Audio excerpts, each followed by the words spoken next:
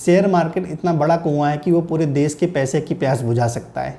ऐसा वीडियो दोस्तों आपने किसी न किसी मूवी की रील्स में या मूवी में देखा होगा। लेकिन आप भी जानते हैं कि बहुत से लोग इस गहरे कुएं में ऐसा फंस जाते हैं कि यहाँ से निकल ही नहीं पाते हैं। दोस्तों आज की इस वीडियो में आपको मैं ऐसे इन्वेस्टमेंट के बारे में बताने वाला हूँ जिससे कि आप काफ़ी हद तक अपने आप को सिक्योर एक बेटर फ्यूचर प्लानिंग कर सकते हो फाइनेंस को लेकर। सबसे पहले ये वीडियो ओनली एजुकेशनल पर्पस के लिए बनाया गया है। इसमें मैं कोई इन्वेस्टमेंट या टिप्स नहीं दे रहा हूँ क्योंकि इन्वेस्टमेंट एक वार्ड सब्जेक्ट है, वो एक दिन में या एक वीडियो में नहीं आ सकता। बहुत सारी चीज़ें होती है जो एक इन्वेस्टमेंट को डिपेंड करती है। रिस्क, लेबिलिटी, कैपिटल कितनी इन्वेस्ट कर रहे हो, तो बहुत सी चीज़ें जो इन्वेस्ट करती है। पर एक जो शुरुआती लोग हैं जिनको अभी कुछ नहीं करना किया है या कुछ स्टार्टिंग करना चाहते हैं, उनके लिए सबसे बेस्ट है इंडेक्स फंड। इंडेक्स फंड क्या होता है, कैसे इसे बाय करना है, कहाँ से बाय करना है, आज की इस वीडियो में दोस्तों मैं बताने वाला हूँ। सबसे पहले इंडेक्स फंड क्या होता है। इंडेक्स फंड है 30 कंपनी या 50 कंपनी का एक बास्केट। सेंसेक्स 30 कंपनी का एक बास्केट है, इसमें 30 कंपनियाँ रहती हैं। निफ्टी 50 आपने सुना होगा, वो 50 कंपनी का एक बास्केट है। ऐसे एक आता है जूनियर बेस या जिसे नेक्स्ट 50 बोलते हैं, जिसमें 51 से लेकर 100 कंपनी होती हैं। अब ये 50 कंपनी, 30 कंपनी और 100 कंपनी डिसाइड कैसे होती हैं? इनका market, number of shares and market value. जो कंपनी का जितना ज़्यादा मार्केट कैपिटलाइजेशन होगा वो कंपनियां इनमें फॉल होंगी। जैसे कि सेंसेक्स चालू हुआ था 78, 79 में, उस समय उसकी वैल्यू 100 थी। आज के समय में सेंसेक्स की वैल्यू 80,000 है। मीन्स सेंसेक्स 800 गुना बढ़ा है दोस्तों। सेम उसी तरह से निफ्टी 50 जो कि 1000 था 1995 में था, आज उसकी वैल्यू 24,000 के आसपास है अराउंड, जब मैं ये वीडियो बना रहा हूँ। मीन्स वो 240 गुना के आसपास बढ़ा है।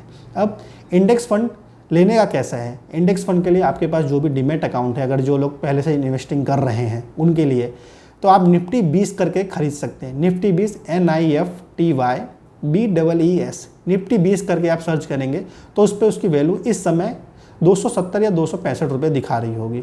उसको आप बाय कर लीजिए, इसका मतलब आपने इंडेक्स फंड बाय कर लिया है। सेम जो लोग के पास डीमैट अकाउंट नहीं है, जो लोग SIP या म्यूचुअल फंड में कर रहे हैं, वो इसको अपने म्यूचुअल फंड में भी खरीद सकते हैं। हर एक कंपनी का इंडेक्स फंड होता है। HDFC लीजिए, UTI लीजिए, नावी लीजिए, बंधन लीजिए, ICICI प्रूडेंशियल लीजिए, आदित्य बिरला सन लाइफ लीजिए, हर एक कंपनी का इंडेक्स फंड है। आपको सिर्फ उस कंपनी का नाम और आगे लिखना है इंडेक्स फंड करके, तो आपको इंडेक्स फंड आ जाएगा। इसका बेनिफिट क्या है सबसे बड़ा? इसमें आपने किसी एक कंपनी पे इन्वेस्ट नहीं किया।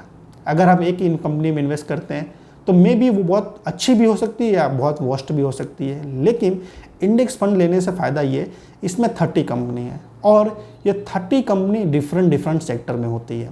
हमने अगर एयरटेल लिया तो हमने सिर्फ टेलीकम्युनिकेशन सेक्टर में लिया।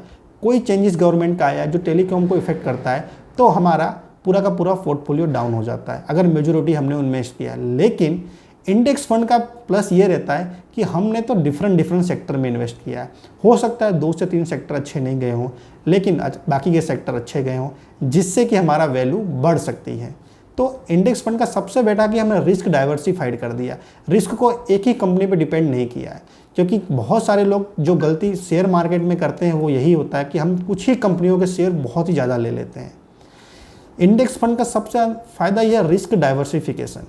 हमने रिस्क को बहुत जगह डिवाइड कर दिया। जैसे कि और बताऊं, सबसे ज़रूरी, इन निफ्टी 50 में जो 50 कंपनियां स्टार्टिंग में थी वो आज नहीं है।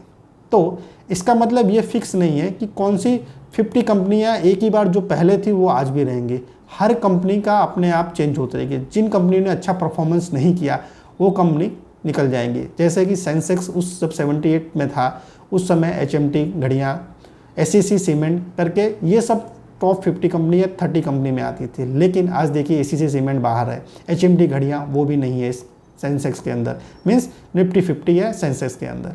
तो इसका सबसे बेनिफिट ये है इंडेक्स फंड लेने का कि आपने रिस्क को डाइवर्सिफाई कर दिया। दूसरा, अब मुझे रेगुलर ये चेक नहीं करना है कि ये कंपनी ने अच्छा परफॉर्मेंस किया कि नहीं किया, डिविडेंड दिया कि नहीं दिया, कंपनी के प्रॉफिट कितना आ रहा है, क्योंकि तो मैंने इंडेक्स में 30 कंपनी में इन्वेस्ट किया है। तो हर कंपनी का अलग अलग रिजल्ट आएगा, क्वार्टरली रिजल्ट आएगा, मंथली रिजल्ट आएगा और ईयरली रिजल्ट आएगा।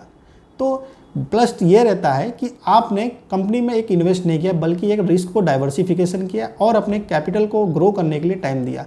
लास्ट 10 to 15 ईयर से सेंसेक्स ने ऑलमोस्ट 10 से 12% का एक रिटर्न दिया है, जो कि बहुत सारे म्यूचुअल फंड से अच्छा है। दूसरा, इसका एक्सपेंस रेशियो बहुत कम होता है। मीन्स जैसे कि अगर आप स्मॉल कैप या मिड कैप में लेते हो तो उसमें बहुत सारे जो पोर्टफोलियो मैनेजर होते हैं वो चेंज करते रहते हैं स्कीम को, यानी मतलब इक्विटी शेयर्स को। इंडेक्स फंड क्या रेप्लिकेट करता है 30 कंपनी को या 50 कंपनी को, तो उनमें ट्रैकिंग एरर बहुत कम होती है और उनका एक्सपेंस रेशियो बहुत कम होता है। जितना सेंसेक्स ने रिटर्न दिया उतना ही आपका इंडेक्स फंड रिटर्न देता है। तो बेटर ये है कि जिससे कि आपकी काफ़ी कंपनी में इन्वेस्ट करने से बेटर है कि हम कुछ कंपनियों में इन्वेस्ट किए और बाकी चीज़ हमने पार्किंग की इंडेक्स फंड में। और इंडेक्स में की जो 12 से 15% रिटर्न है वो कंपेयर करें अगर वॉरेन बफेट जो दुनिया के सबसे एक बिलियनियर और धनाढ्य व्यक्ति हैं, उनका रिटर्न भी कंपाउंडिंग 21% के आसपास आता है। तो 14 से 15% बहुत ज़्यादा रिटर्न है दोस्तों।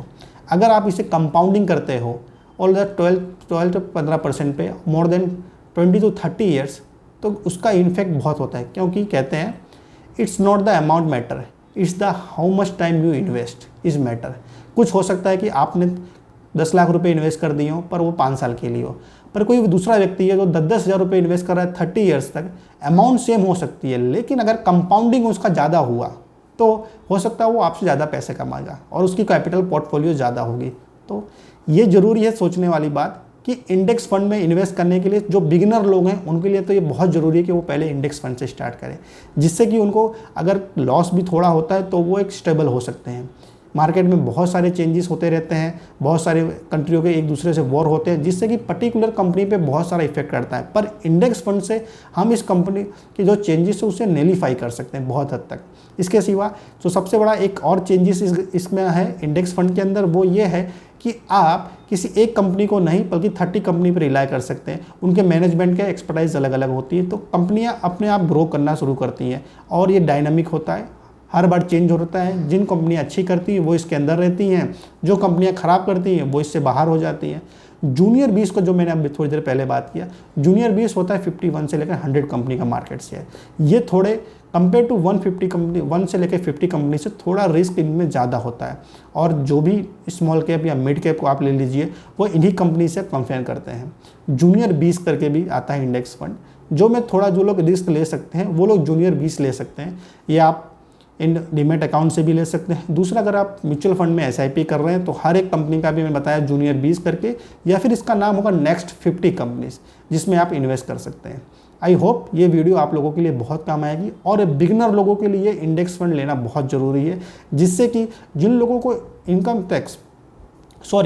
जिन लोगों को शेयर मार्केट के बारे में थोड़ा भी नहीं पता चलता, यानी मीन्स उनको ऐसा लगता है कि मैं पैसे डालूंगा डूब जाएंगे, ये मेरी बहुत हार्ड अर्नेड मनी है, इसको मैं बचा के रखूंगा, तो उन सभी के लिए इंडेक्स फंड बहुत ज़रूरी है। अब आपको एक और चीज़ मैं बता दूं, अगर आपका कोई भी गोल जो मोर देन 10 ईयर से ज़्यादा है तो आप उसका इन्वेस्ट निफ्टी 50 में करिएगा।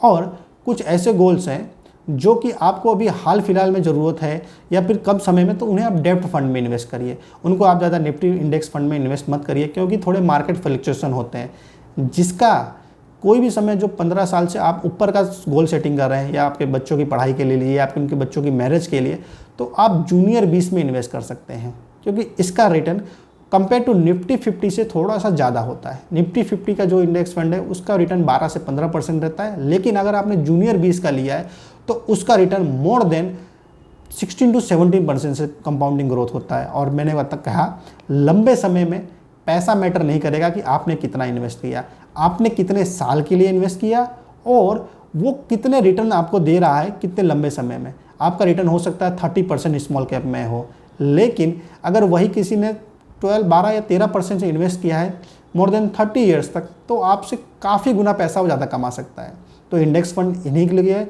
बहुत ही सिंपल है। आप इसे डीमेट अकाउंट से भी खरीद सकते हैं और म्यूचुअल फंड से भी कराते हैं, और बिगिनर लोगों के लिए बहुत ज़रूरी है कि वो इंडेक्स फंड से ही अपनी शुरुआत करें। I hope this video will एनलाइट you. अगर अच्छा लगा तो शेयर एंड सब्सक्राइब जरूर करिए। धन्यवाद।